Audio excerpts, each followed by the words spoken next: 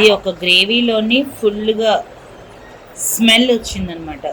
ఇది అడిగితేనేమో అతను చాలా ర్యాష్గా సమాధానం చెప్పాడు. ఇది పాడైపోయింది ఏంటండి అంటే అదొక రకంగా మాట్లాడాను. ఎన్ని గంటలు తీసుకున్నారు మేడం? నిన్న 12:49కి ఆర్డర్ పెట్టాను సార్. నాకు 1:15కి అలాగ ఆర్డర్ వచ్చింది.